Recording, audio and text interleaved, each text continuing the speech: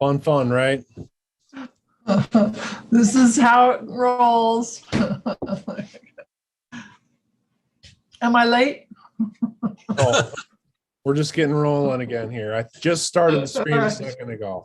This is how it rolls. Okay. Am I late? Whoa. What's going on here? Rolling again here. I just started the stream. Now I'm hearing more than one version of this. Oh no, I'm hearing a third one now. There are ghosts in here. Yeah, hold on. Yep. So they had 40 minutes, unfortunately. Well, I think we should skip to the next. Okay. I hear Crystal on TV. Yeah, that was my fault. I had the stream started on YouTube. It's on in the other room with the festival. So you should turn that off or we're gonna get more echo problem. Yeah. All right, so we are already streaming part 2 to YouTube right now. So let me That's what's just on. make sure that that's working.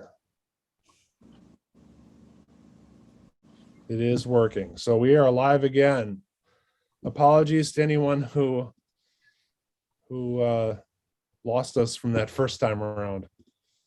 All right, I'm going to put this on Facebook and then we should be good to go.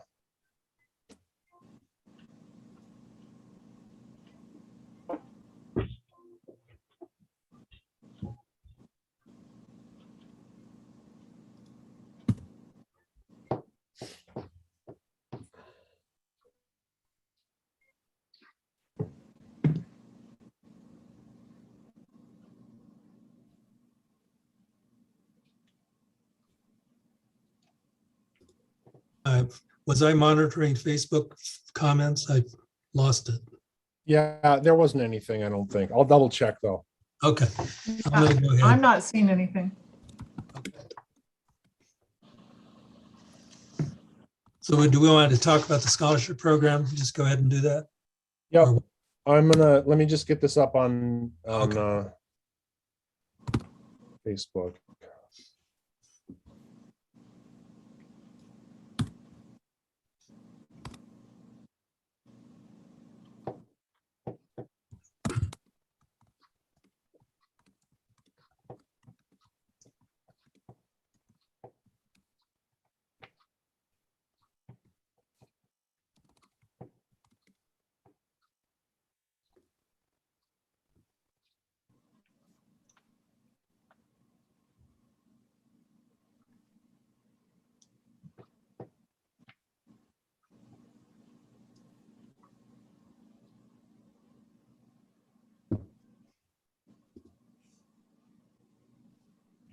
Can you share your screen now again?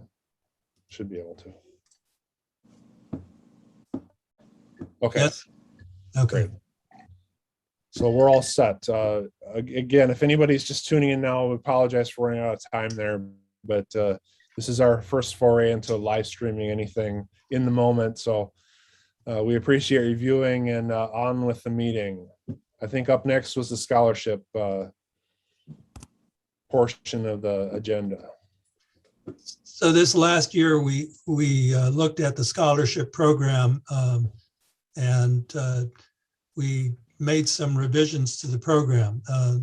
The scholarship program has been around for several years. It was more formalized in 2017 by the board, and an application process was put in place and certain questions and financial information, et cetera.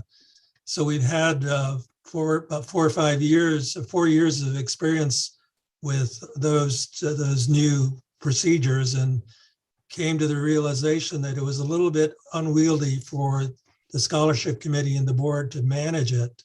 There was just a lot to it.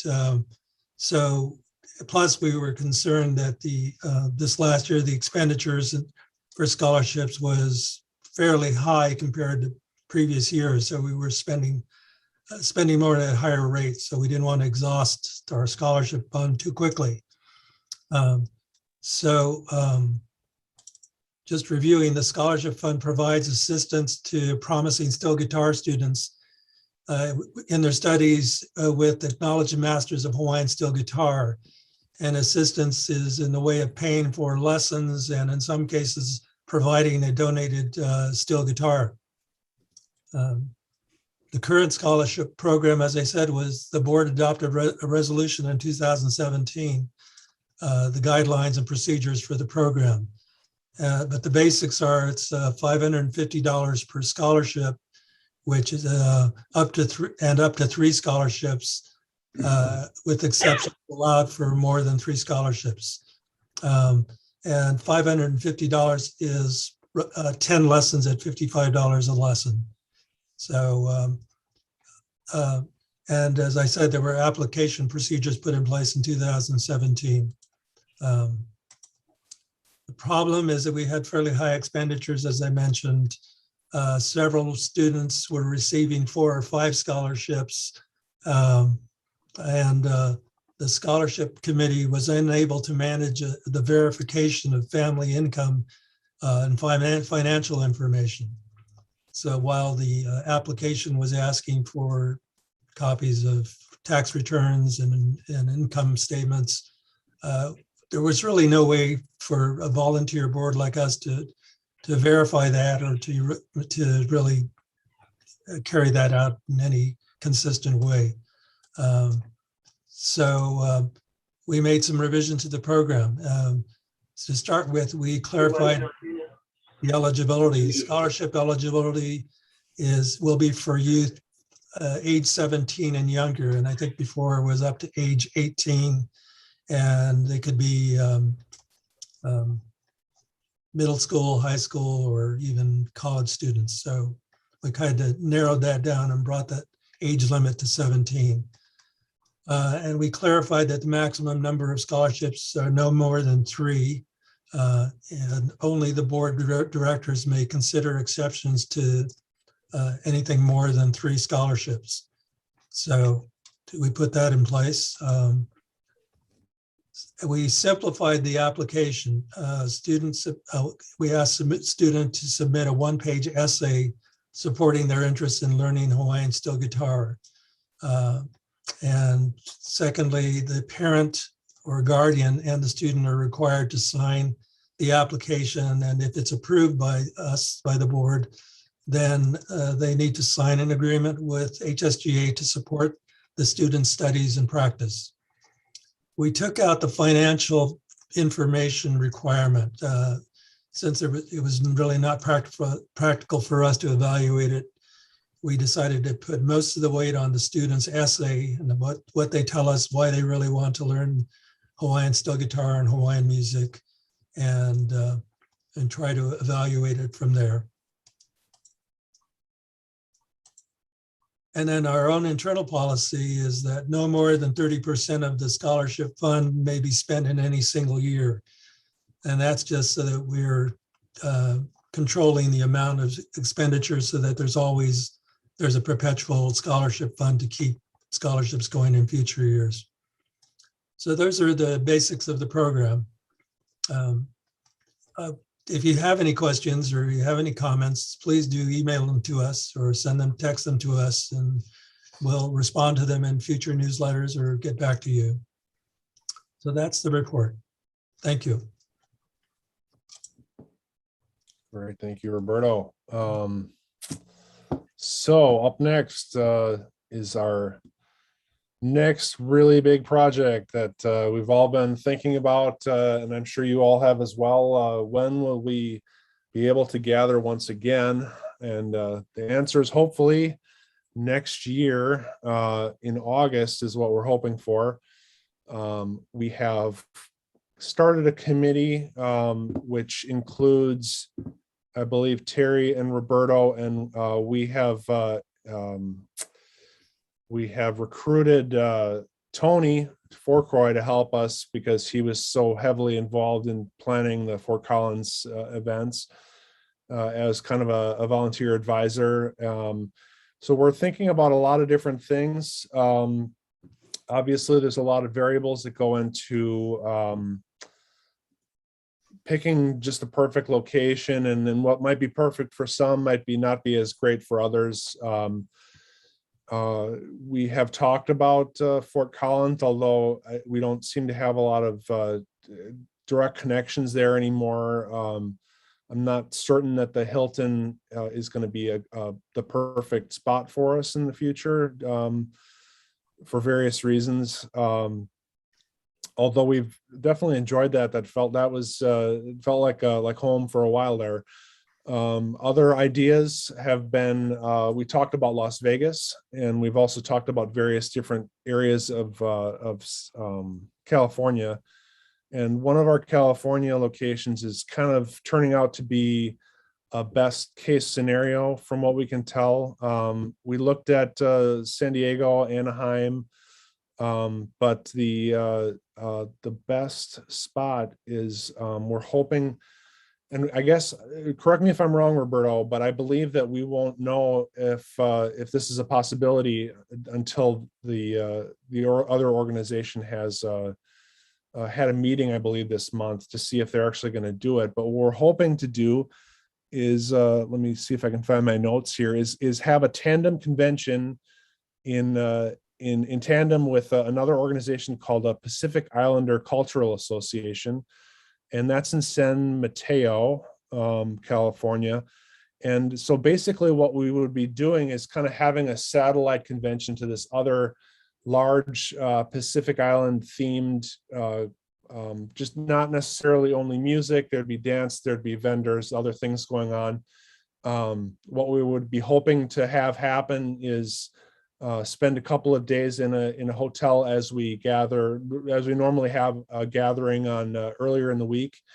And then once the large part of the other organization happens, we would move our performances over to a location on the grounds. And we'd also actually have the opportunity to have some performers from our organization take part in a main stage set at some point.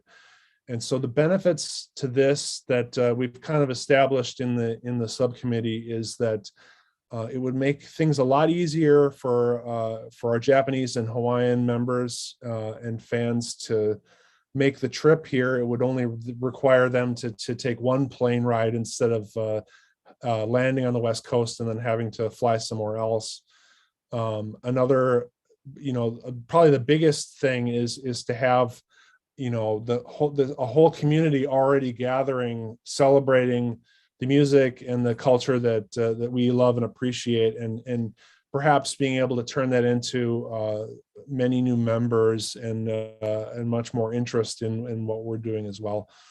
So that's kind of where we're at. We haven't made any firm decisions yet because we don't know if that event's actually going to happen. As we all know, we're just living in kind of a day-to-day, week-to-week situation here with all watching the pandemic develop as it does, and just trying to make the best, safest choices. So that's kind of where we're at right now, is looking at that very as a strong possibility, a likely possibility, but not a definite possibility.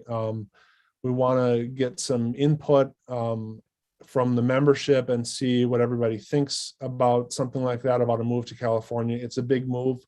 We've already gotten some feedback about, the conventions moving further and further west over the history of the club. And I know some people drive. I've always driven to the HSGA events, and driving to California is a lot further for me than going to Fort Collins. So, we're weighing that. We're weighing the expense of the hotels, the expense of the food, the expense that we need to incur as a group to make sure that this is a financially solvent and smart idea for us to invest our money in. But I think that there's a lot of potential and a lot of kind of exciting new things that could transpire as a result of a move out to the West Coast. But again, we're open to your feedback, so feel free to email board@hsga.com if you have any input on that. And was there anything else, Roberto? Roberto did a lot of the kind of feet on the ground type research, looking at budgets, actually contacting some of the locations. And so I guess I turn it over to you briefly, Roberto, if you have any more additional input on top of what I said.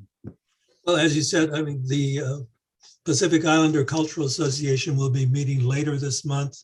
And this is the first meeting that they'll be discussing the idea of having us be part of their festival. But I expect that it'll be a positive kind of discussion on their end. I've attended a couple of their events in past years, and they draw thousands of people on a weekend. It's a Saturday and Sunday event, and it's very well attended. And so I think it would be a good thing for us in terms of exposure for the Hawaiian Steel Guitar Association.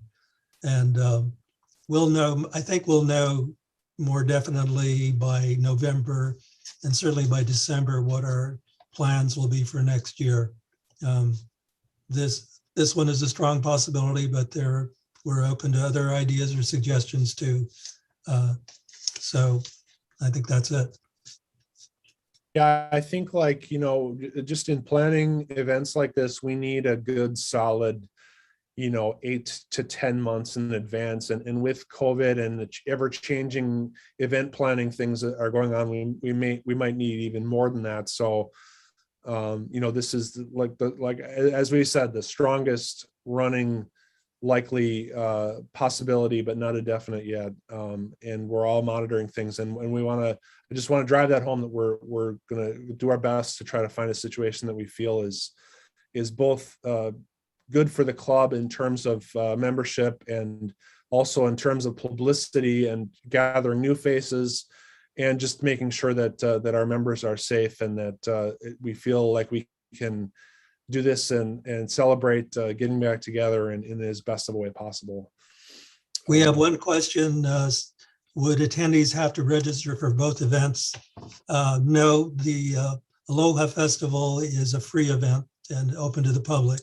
So it would just be registering for our own Hawaiian Steel Guitar event the 2 days before that. That's a good question.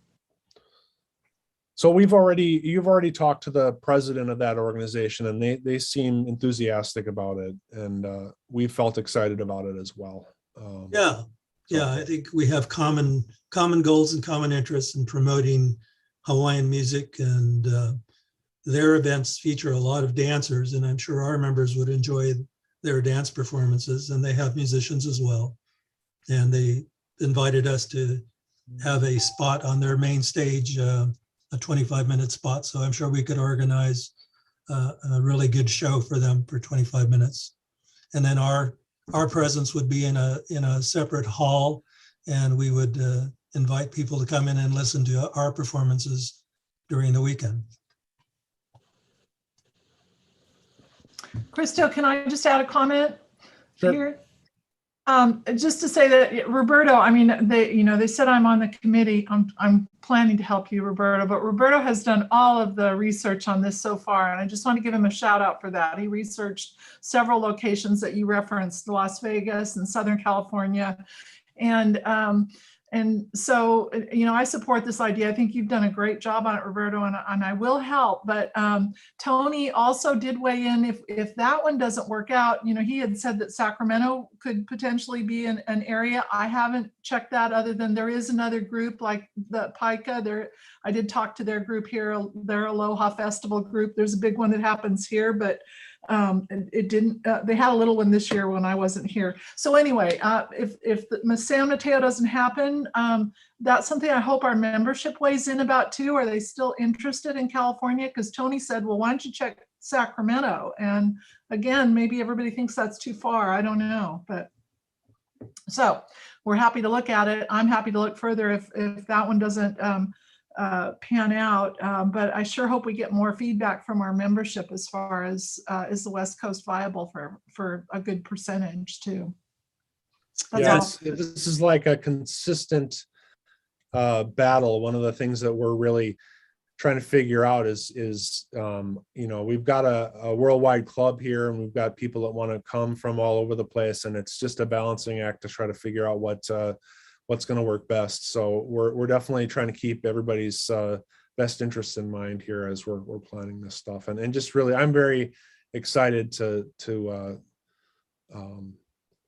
have this happen again. I'm really looking forward to seeing all the familiar faces and having some luau food and whatnot.